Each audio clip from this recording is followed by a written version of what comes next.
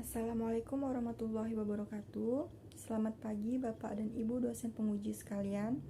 Semoga kita selalu dilimpahkan kesehatan dan keselamatan oleh Allah Subhanahu wa taala. Baiklah, izinkan saya Indiani dengan BP 181081-1012 untuk mempresentasikan proposal penelitian saya yang berjudul penggunaan waktu luang pada lansia pensiunan di kampung buatan baru. Di sini saya juga ingin mengucapkan terima kasih kepada Bapak Pembimbing dan juga Bapak Ibu penguji yang telah hadir dalam seminar proposal saya hari ini. Baik, langsung saja. Yang pertama yaitu latar belakang. Penduduk lanjut usia saat ini terus mengalami peningkatan seiring dengan kemajuan di bidang kesehatan yang ditandai dengan meningkatnya angka harapan hidup dan menurunnya angka kematian. Menurut Badan Pusat Statistik atau BPS pada tahun 2020, dalam waktu hampir 5 dekade, persentase lansia Indonesia meningkat sekitar 2 kali lipat, yaitu terjadi pada 1971 sampai 2020, yakni menjadi 9,92% atau sekitar 26 jutaan jiwa. Menurut Undang-Undang Nomor 13 Tahun 1998, dijelaskan bahwa lanjut usia adalah seseorang yang telah mencapai usia 60 tahun ke atas. Masa lanjut usia sendiri merupakan masa hidup yang terakhir, di mana pada masa ini seseorang mengalami kemunduran fisik, mental, dan sosial sedikit demi sedikit, sehingga tidak dapat melakukan tugas sehari-hari lagi. Tahap ini terjadi karena proses menurunnya kemampuan untuk memperbaiki diri dan mempertahankan fungsi normal. Dalam Maryam tahun 2008 di halaman 123 dijelaskan bahwa lanjut usia merupakan fase di mana seseorang telah mengalami tahap akhir perkembangan dari daur kehidupan manusia. Menurut Thomas L. Goodell dan Geoffrey Goodby, mereka menjelaskan waktu luang merupakan suatu kehidupan yang bebas dari tekanan-tekanan yang berasal dari luar kebudayaan seseorang dan lingkungannya, sehingga mampu untuk bertindak sesuai rasa kasih yang tidak terelakkan, yang bersifat menyenangkan, pantas, dan menyediakan sebuah dasar keyakinan.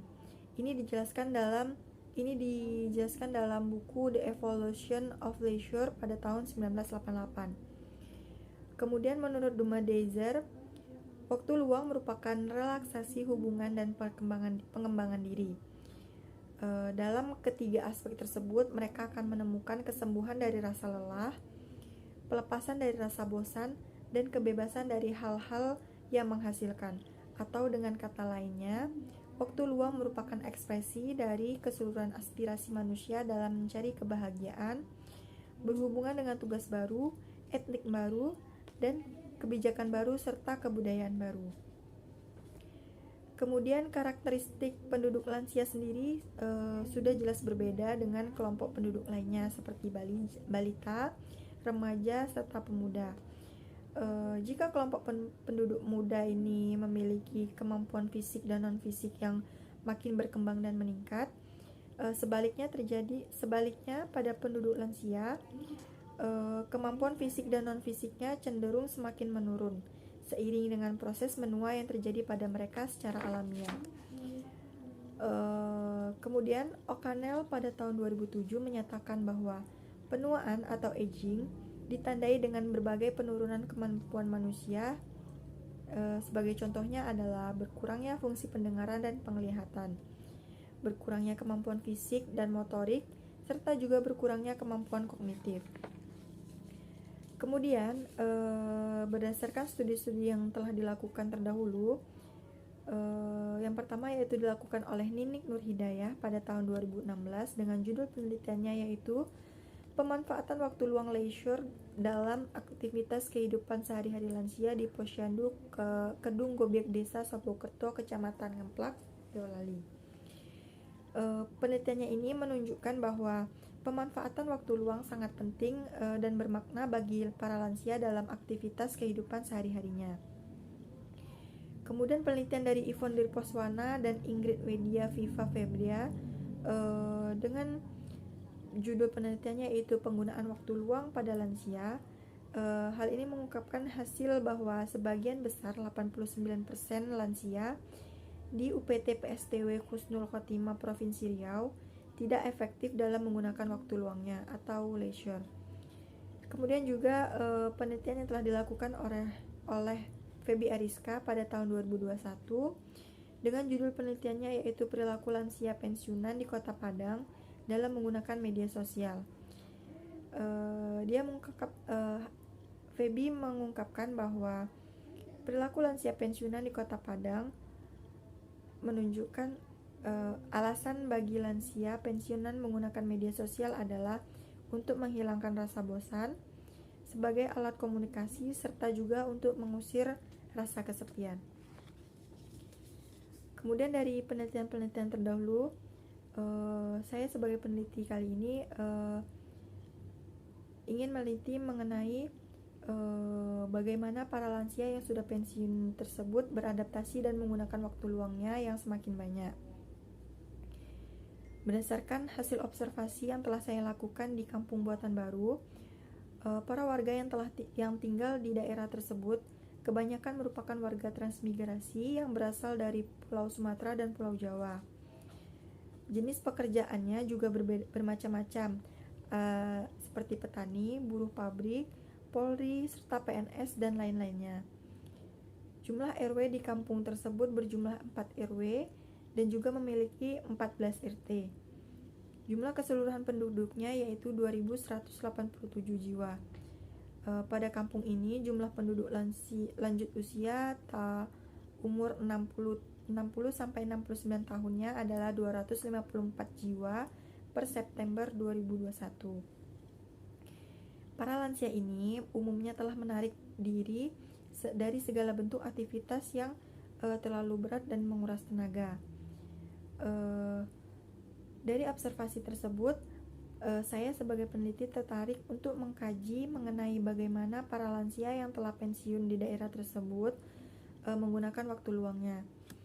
Karena lansia yang awalnya harus bekerja dari pukul 8 sampai pukul 5 kini harus mencari berbagai kesibukan untuk mengisi waktu luang mereka.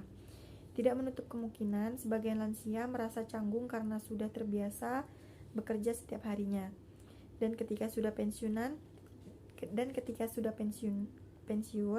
mereka lebih sering untuk melakukan aktivitas di dalam rumah. Selanjutnya, rumusan masalah. Dari uraian latar belakang di atas, dapat dirumuskan rumusan masalahnya yaitu dengan bagaimanakah penggunaan waktu luang pada lansia pensiunan di Kampung Buatan Baru. Untuk poin selanjutnya yaitu tentang tujuan penelitian. Di sini tujuan penelitian dibagi menjadi dua yaitu tujuan umum dan tujuan khusus. Tujuan umumnya yaitu untuk mendeskripsikan perilaku penggunaan waktu luang di kalangan lansia pensiunan di Kampung Buatan Baru. Kemudian tujuan khususnya ada 2 poin yaitu yang pertama untuk mendeskripsikan perilaku lansia pensiunan di Kampung Buatan Baru dalam menggunakan waktu luangnya. Untuk poin yang kedua yaitu untuk mengetahui gambaran penggunaan waktu luang pada lansia pensiunan di Kampung Buatan Baru. Untuk poin selanjutnya yaitu manfaat penelitian. Di sini juga dibagi menjadi 2 yaitu untuk manfaat akademik, yang kedua yaitu untuk manfaat praktis.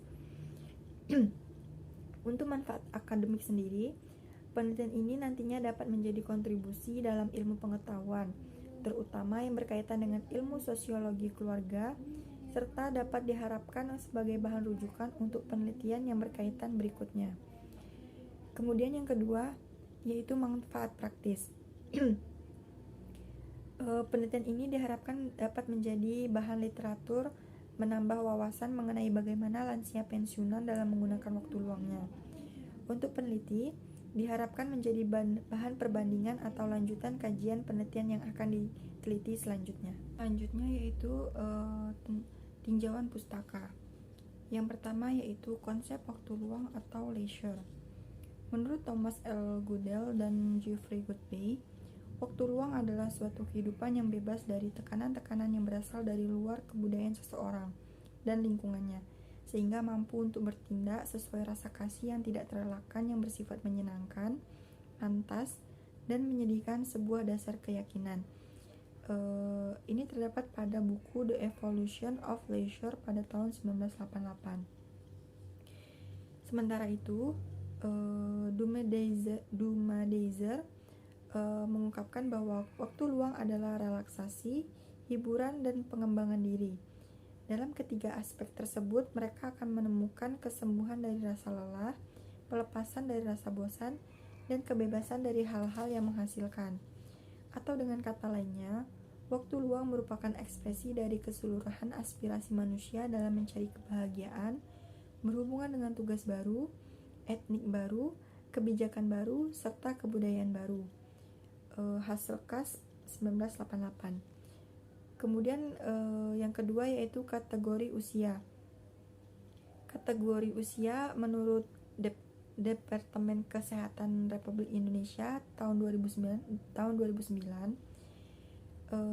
klasifikasi kategori yang pertama yaitu masa balita, yaitu umur 0 sampai 5 tahun, masa kanak-kanak dimulai dari 5 sampai 11 tahun, masa remaja awal yaitu 12 tahun sampai 16 tahun, masa remaja akhir 17 tahun sampai 25 tahun, masa dewasa awal 26 sampai 35 tahun, masa dewasa akhir 36 sampai 45 tahun, masa lansia awal 46 sampai 55 tahun, masa lansia akhir 56 sampai 65 tahun, dan masa manula yaitu 65 tahun ke atas. Kemudian yang ketiga yaitu konsep lanjut usia dan klasifikasi lanjut usia. Menurut Undang-Undang Nomor 13 Tahun 1998, lanjut usia adalah seseorang yang telah mencapai usia 60 tahun ke atas. Tahap ini terjadi proses menurunnya kemampuan untuk memperbaiki diri dan mempertahankan fungsi normal. Dalam Darsono pada tahun 2005, halaman 55. Menurut WHO atau World Health Organization, lanjut usia adalah seseorang yang telah memasuki usia 60 tahun ke atas. Kemudian Mariam pada tahun 2007 di halaman 3 mengklasifikasikan lansia menjadi 5, yaitu yang pertama pralansia atau prasenilis, yaitu seseorang yang berusia antara 45 sampai 59 tahun. Kemudian lansia, yaitu seseorang yang berusia 60 tahun atau lebih. Yang ketiga yaitu lansia resiko tinggi, yaitu seseorang yang berusia 70 tahun atau lebih dengan masalah kesehatan. Kemudian lansia potensial, yaitu lansia yang masih mampu melakukan pekerjaan atau jasa kegiatan yang dapat menghasilkan atau lebih dengan masalah kesehatan. Kemudian lansia tidak potensial, yaitu lansia yang tidak berdaya mencari nafkah sehingga hidupnya bergantung pada bantuan orang lain. Sedangkan WHO atau World Health Organization juga mengklasifikasikan lansia, namun mereka membagi menjadi 4 klasifikasi, yaitu yang pertama middle age, yaitu usia pertengahan dari usia 45 sampai 59 tahun. Kemudian yang kedua elderly, yaitu usia 60 sampai 74 tahun. Kemudian old dari usia 75 sampai 90 tahun. Dan yang terakhir yaitu very old atau yang berusia lebih dari 90 tahun. Selanjutnya yaitu tinjauan sosiologis. Tinjauan sosiologis yang saya gunakan dalam penelitian ini yaitu tindakan sosial dari Max Weber. Secara teoritis, tindakan sosial dan interaksi sosial adalah dua konsep yang sangat berbeda. Dalam sosiologi, tindakan sosial adalah hal-hal yang dilakukan individu atau kelompok di dalam interaksi dan situasi sosial tertentu. Sedangkan interaksi sosial adalah proses di mana antara individu dengan individu, individu dengan kelompok, atau kelompok dengan kelompok saling berhubungan satu dengan yang lainnya. Menurut Max Weber, metode yang dapat digunakan untuk memahami arti-arti subjektif tindakan sosial seseorang adalah dengan menggunakan metode Verstegen. Metode Verstehen menurut Weber adalah kemampuan untuk berempati atau kemampuan yang menempatkan diri dalam kerangka berpikir orang lain, yang perilakunya mau dijelaskan dan situasi serta tujuan-tujuannya mau dilihat menurut perspektif itu. Max Weber mengklasifikasikan tindakan sosial menjadi 4 jenis. Yang pertama yaitu tindakan rasional instrumental. Tindakan ini merupakan tindakan yang dilakukan oleh seseorang didasarkan atas pertimbangan dan pilihan sadar yang berhubungan dengan tujuan tindakan itu dan ketersediaan alat yang dipergunakan untuk mencapainya. Contoh dari tindakan ini adalah seorang anak pensiunan pegawai negeri golongan 3 yang memutuskan untuk kuliah di perguruan tinggi negeri atau memilih kuliah di program diploma dikarenakan ia menyadari tidak memiliki biaya yang cukup. Yang kedua yaitu tindakan rasional nilai. Tindakan ini merupakan sifat rasional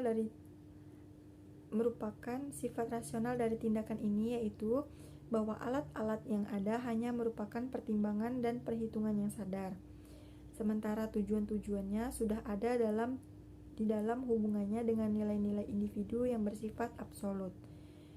Artinya, nilai itu merupakan nilai akhir bagi individu yang bersangkutan dan bersifat non-rasional, sehingga tidak memperhitungkan alternatifnya.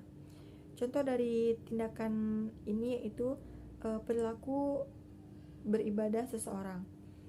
Kemudian jenis tindakan yang ketiga yaitu tindakan tradisional. Dalam jenis tindakan ini, seseorang memperlihatkan perilaku tertentu karena kebiasaan yang diperoleh dari nenek moyangnya, tanpa refleksi yang sadar atau perencanaan. Contoh dari tindakan ini adalah sebuah keluarga di kota yang melaksanakan acara syukuran karena pindah rumah tanpa tahu dengan pasti apa manfaat dari syukuran tersebut. Biasanya keluarga tersebut jika ditanya mengenai manfaat dari acara syukuran tersebut, mereka akan menjawab bahwa hal itu hanya sekedar menuruti anjuran dan kebiasaan orang tua mereka. Jenis tindakan yang ketiga yaitu tindakan afektif. Jenis dari tindakan ini didominasi perasaan atau emosi tanpa refleksi intelektual atau perencanaan sadar. Tindakan afektif sifatnya spontan, tidak rasional, dan merupakan ekspresi emosional dari individu. Contoh dari tindakan ini adalah seseorang yang menangis terseduh-seduh karena sedih, atau seseorang yang gemetar dan wajahnya pucat pasi karena ketakutan. Kemudian, jika dikaitkan dengan permasalahan yang akan saya kaji, yaitu tentang penggunaan waktu luang lansia pensiunan dengan 4 jenis tindakan di atas, menurut saya sebagai peneliti, tindakan instrumental adalah yang dapat digunakan sebagai tinjauan sosiologi saya. Selanjutnya yaitu penelitian relevan. Yang pertama yaitu dari Ninik Nur Hidayah tahun 2016, yaitu tentang pemanfaatan waktu luang leisure dalam aktivitas kehidupan sehari-hari lansia di Posyandu Kedunggobek, Desa Sobokerto, Kecamatan Ngemplak, Boyolali. Penelitiannya ini menunjukkan bahwa pemanfaatan waktu luang lansia sangat penting dan bermakna bagi para lansia dalam aktivitas kehidupan sehari-harinya. Kemudian yang kedua yaitu dari Yvonne Driposwana dan Ingrid Wedi Viva Febdia tahun 2020, yaitu tentang penggunaan waktu luang pada lansia. Ini adalah merupakan jurnal keperawatan Stikes Payung Negeri Pekanbaru. Pada waktu penelitian ini mengungkapkan hasil bahwa sebagian besar 89% lansia di UPT PSTW Kusnul Khotimah Provinsi Riau tidak efektif dalam menggunakan waktu luangnya. Kemudian penelitian yang ketiga yaitu dari Feby Ariska tahun 2021 tentang perilaku lansia pensiunan di Kota Padang menggunakan media sosial, merupakan skripsi jurusan Sosiologi FISIP Universitas Andalas. Mengungkapkan hasil bahwa alasan lansia pensiunan menggunakan media sosial yaitu untuk menghilangkan rasa bosan sebagai alat komunikasi serta mengusir rasa kesepian. Sedangkan perilaku lansia dalam menggunakan media sosial dapat dilihat dari waktu penggunaan media sosialnya. Yang kedua, orang yang sering diajak berinteraksi. Yang ketiga, jenis media sosial yang sering digunakan. Yang keempat, cara mengatasi pengeluaran pembelian paket internet. Dan yang kelima yaitu perbedaan perilaku lansia pensiunan pria dan wanita. Selanjutnya yaitu metode penelitian. Metode yang digunakan dalam perencanaan penelitian ini yaitu metode kualitatif.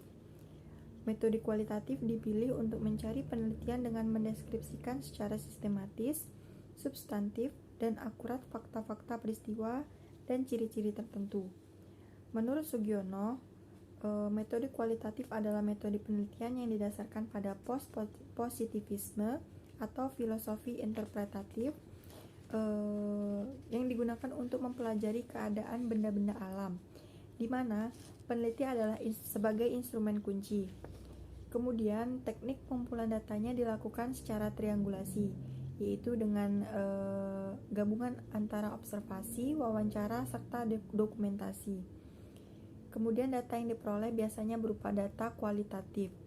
Analisis datanya bersifat induktif, dan hasil penelitian kualitatif lebih menekankan pada makna daripada generalisasi. Penelitian kualitatif berkaitan dengan makna, yang artinya peneliti meneliti data secara menyeluruh dan menemukan makna di baliknya. Jadi dalam penelitian saya kali ini yaitu menggunakan metode penelitian kualitatif karena dirasa cocok, karena mampu untuk mengkaji bagaimana individu-individu menginterpretasikan dirinya dan memandang dirinya sebagai realitas sosial, khususnya dalam mengkaji tentang penggunaan waktu luang lansia pensiunan. Kemudian poin selanjutnya yaitu pendekatan dan tipe penelitian.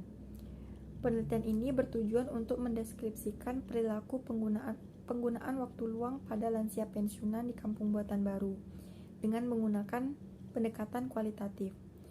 Untuk tipe penelitiannya, peneliti menggunakan tipe penelitian deskriptif, yaitu penelitian yang diarahkan untuk memberikan gejala-gejala, fakta-fakta atau kejadian-kejadian secara sistematis dan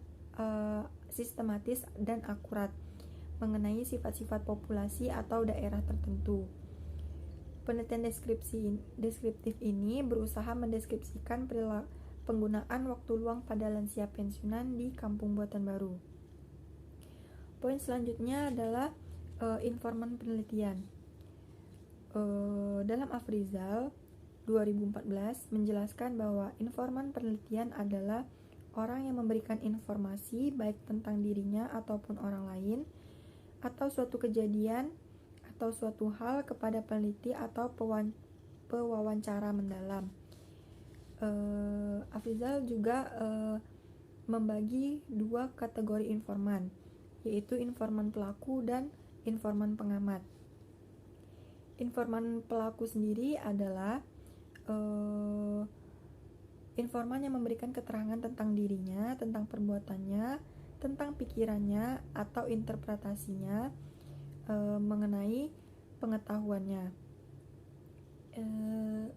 Informan pelaku ini cara mengumpulkannya yaitu dengan menggunakan teknik purposive sampling, yaitu dengan teknik pengumpulan sampel sumber data dengan pertimbangan tertentu. Alasan penggunaan teknik ini yaitu karena tidak semua sampel memiliki kriteria yang sesuai dengan fenomena yang akan saya teliti. Oleh sebab itu saya menetapkan beberapa kriteria untuk informan pelaku, diantaranya yaitu laki-laki atau perempuan di atas 60 tahun yang disebut sebagai lansia. Yang kedua yaitu seorang pensiunan. Kemudian yang kedua adalah informan pengamat. Informan pengamat merupakan informan yang memberikan informasi tentang orang lain atau suatu kejadian kepada peneliti. Informan kategori ini dapat orang yang tidak diteliti atau dengan kata lain orang lain yang mengetahui tentang orang yang akan kita teliti. Kemudian teknik untuk mengumpulkan informan pengamat ini juga menggunakan teknik purposive sampling, yang diantaranya kriteria yang saya tetapkan yaitu yang pertama anggota keluarga, yang kedua adalah orang terdekat atau sahabat. Kemudian poin yang ketiga yaitu data yang akan diambil. Dalam penelitian ini saya sebagai peneliti menetapkan untuk dua data yang akan saya ambil, yaitu data primer dan data sekunder. Data primer adalah data atau informasi yang didapatkan langsung dari informan penelitian di lapangan. Data ini dapat didapatkan dengan menggunakan teknik observasi dan wawancara mendalam. Dengan menggunakan teknik wawancara ini, peneliti mendapatkan data dan informasi-informasi penting yang sesuai dengan tujuan penelitian. Kemudian data yang diperoleh berupa informasi-informasi dari informan, yakni apa saja alasan-alasan yang mendasari bagaimana para lansia pensiunan di kampung buatan baru dalam menggunakan waktu luangnya. Kemudian yang selanjutnya itu data sekunder, yaitu data tambahan yang diperoleh melalui penelitian pustaka, yakni pengumpulan data yang bersifat teori yang berupa pembahasan tentang bahan tertulis, literatur atau literatur hasil penelitian. Poin selanjutnya yaitu teknik pengumpulan data. Penelitian ini menggunakan metode penelitian kualitatif, menggunakan teknik pengumpulan data yang memungkinkan mereka penelitian yang menggunakan metode penelitian kualitatif menggunakan teknik pengumpulan data yang memungkinkan mereka untuk mendapatkan kata-kata dan perbuatan-perbuatan manusia sebanyak-banyaknya. Teknik yang akan saya gunakan dalam penelitian ini ada 3, yaitu wawancara, observasi, dan dokumentasi.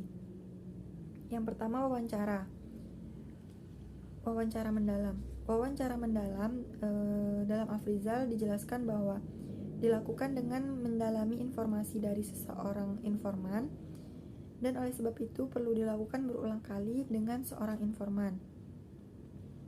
Dengan berinteraksi dan menggali secara mendalam dapat menjelaskan fakta-fakta yang terdapat pada proses penelitian. Pertemuan dilakukan tidak hanya sekali, tapi juga dilakukan secara berulang-ulang dan menghasilkan informasi yang lebih baik. Dalam rancangan penelitian ini, informan yang akan diwawancarai adalah lansia pensiunan. Kemudian yang kedua adalah teknik observasi. Teknik observasi sendiri saya pilih karena dapat memahami realitas sosial dan interaksi sosial, kemudian dapat menyimpulkan hal-hal yang bersifat intrasubjektif dan intersubjektif yang timbul dari tindakan aktor yang saya amati. Dalam melakukan observasi, saya sebagai peneliti harus ikut terlibat dan ikut serta dalam segala aktivitas dari informan yang diteliti agar hasil penelitian lebih akurat. Selanjutnya adalah unit analisis. Menurut Hamidi, unit analisis adalah satuan yang diteliti yang berupa individu, kelompok, benda, atau suatu latar peristiwa sosial, seperti misalnya aktivitas individu atau kelompok sebagai subjek penelitian. Kemudian dalam penelitian ini, unit analisis yang saya tetapkan adalah individu, yaitu lansia perempuan dan laki-laki yang telah pensiun dari pekerjaannya. Selanjutnya adalah analisis data. Analisis data sendiri merupakan proses mencari dan menyusun secara sistematis data yang saya peroleh dari hasil wawancara, catatan lapangan, dan dokumentasi lainnya, dengan cara mengorganisasikan data ke dalam kategori, menjabarkan ke dalam unit-unit, melakukan sintesa, menyusun ke dalam pola, kemudian memilih mana yang penting dan yang akan dipelajari, dan yang terakhir adalah membuat kesimpulan sehingga mampu dipahami oleh saya ataupun orang lain. Dalam penelitian ini saya menggunakan model Mills dan Huberman. Dari model ini yang pertama adalah reduksi data. Reduksi data sendiri adalah merangkum, memilih hal-hal yang pokok, memfokuskan pada hal-hal yang penting, kemudian dicari tema dan polanya. Dengan demikian, data yang telah direduksi akan memberikan gambaran yang lebih jelas dan mempermudah saya untuk melakukan pengumpulan data selanjutnya dan mencarinya kembali bila diperlukan. Kemudian penyajian data. Dalam penelitian ini, penyajian data dilakukan dalam bentuk uraian singkat, bagan, hubungan antar kategori, flowchart, dan sejenisnya. Kemudian menurut Mills dan Huberman, yang paling sering digunakan untuk menyajikan data dalam penelitian kualitatif adalah dengan teks yang bersifat naratif. Menyajikan data maka akan memudahkan untuk memahami apa yang terjadi dan merencanakan kerja selanjutnya berdasarkan apa yang telah dipahami tersebut. Kemudian dari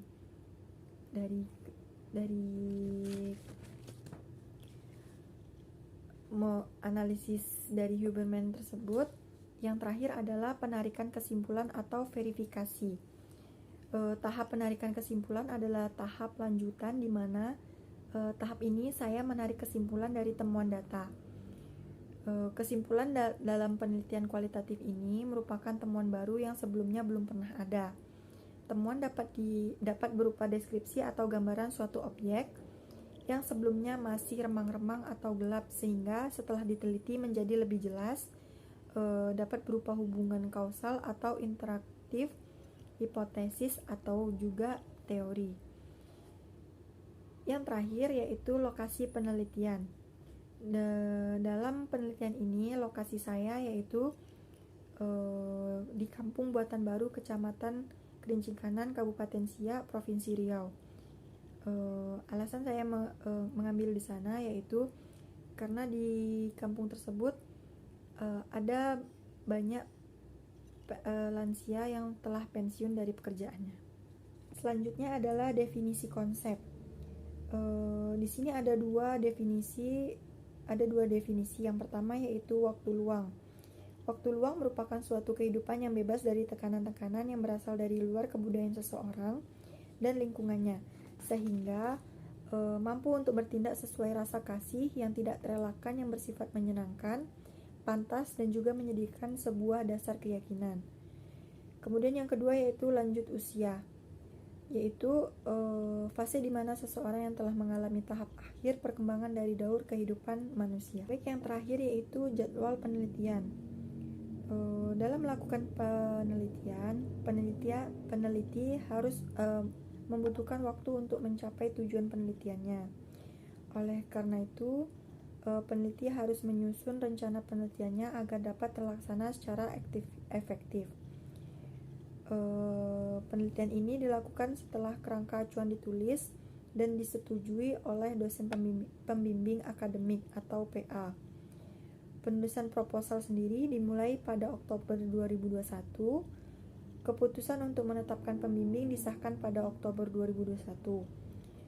Studi lapangan dilakukan dari Januari hingga Maret. Kemudian ujian skripsi rencananya akan digelar pada bulan Mei mendatang. Baiklah, saya akhiri dari presentasi saya pada hari ini.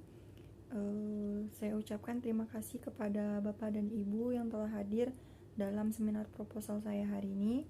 Saya tutup. Wassalamualaikum warahmatullahi wabarakatuh.